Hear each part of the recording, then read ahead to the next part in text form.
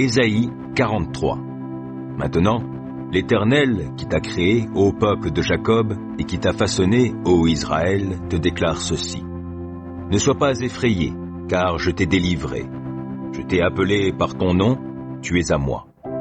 Quand tu passeras par les eaux, je serai avec toi. Quand tu traverseras les fleuves, ils ne te submergeront pas. Quand tu marcheras dans le feu, il ne te fera pas de mal, et par les flammes, tu ne seras pas brûlé. Puisque moi, l'Éternel, je suis ton Dieu, le Saint d'Israël, ton Sauveur. Je donnerai l'Égypte comme rançon pour toi, l'Éthiopie et Séba en échange de toi. Oui, parce que tu m'es précieux et que tu as du prix pour moi, et que je t'aime. Je donnerai des hommes en échange de toi et des peuples contre ta vie. Sois donc sans crainte, car je suis avec toi. Je ferai revenir tes enfants de l'Orient, je te rassemblerai de l'Occident. Je dirai au septentrion, rends-les, et au midi, ne les retiens donc pas. Fais revenir mes fils des pays éloignés, fais revenir mes filles des confins de la terre, oui, tous ceux qui portent mon nom et que j'ai créé pour ma gloire, que j'ai formé, oui, que j'ai fait. Laisse sortir le peuple qui est aveugle tout en ayant des yeux, et qui est sourd, bien qu'il ait des oreilles. Que toutes les nations s'assemblent, et que les peuples se regroupent. Qui parmi eux avait prédit ces choses? Qui avait annoncé les événements antérieurs? Qu'ils citent leurs témoins et qu'ils se justifient. Qu'on les écoute bien afin de pouvoir dire « Oui, c'est la vérité ». Mais mes témoins, c'est vous, déclare l'Éternel.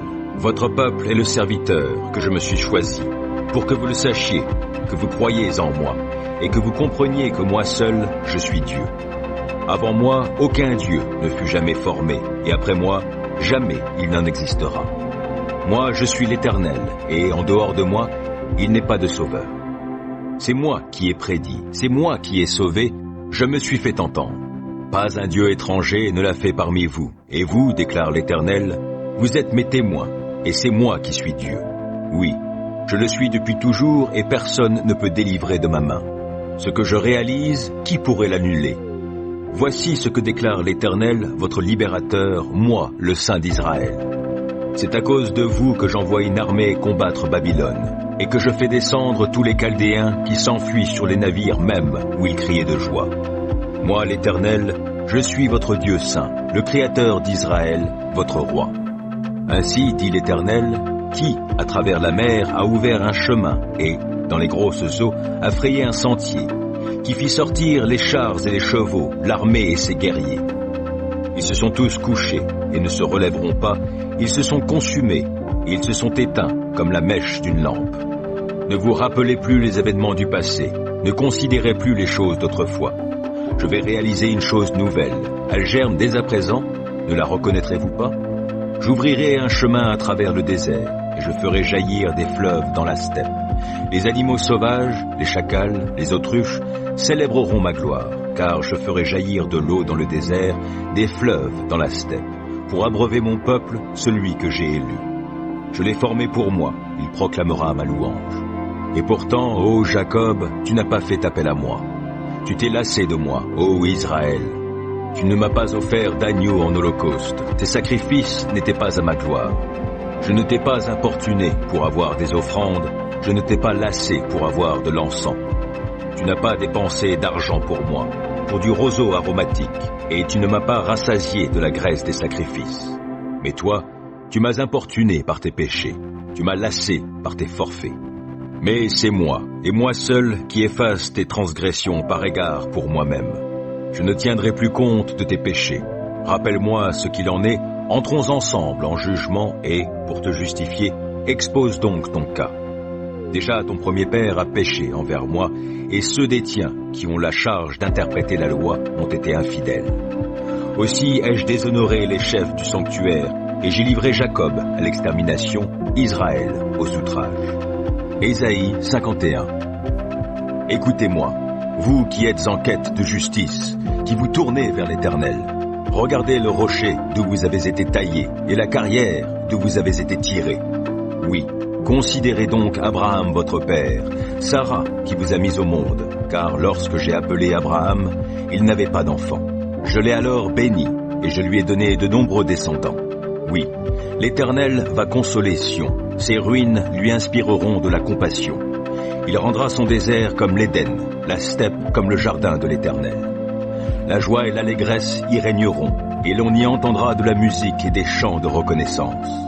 Prête-moi attention, mon peuple.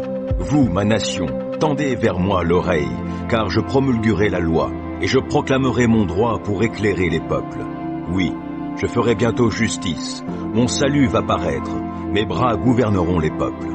Les îles, les régions côtières mettront leur espérance en moi, elles s'en remettront au secours de mon bras. Levez les yeux au ciel, baissez-les sur la terre, car comme une fumée, le ciel s'évanouira, et comme un vêtement, la terre s'usera. Ses habitants mourront comme des mouches, mais mon salut sera établi pour toujours. Mon œuvre de justice ne sera pas anéantie. Écoutez-moi, vous qui savez ce qui est juste. Peuple qui a ma loi présente à son esprit, ne crains donc pas les injures des hommes, que leurs outrages ne t'emplissent pas de frayeur. Car ils seront mangés par la vermine comme un habit, et rongés par les mites comme la laine. Quant à mon œuvre de justice, elle sera établie pour toujours, et mon salut pour toutes les générations. Réveille-toi, réveille-toi, revêt-toi de puissance, ô bras de l'Éternel. Entre en action comme au jour d'autrefois, au temps des premières générations.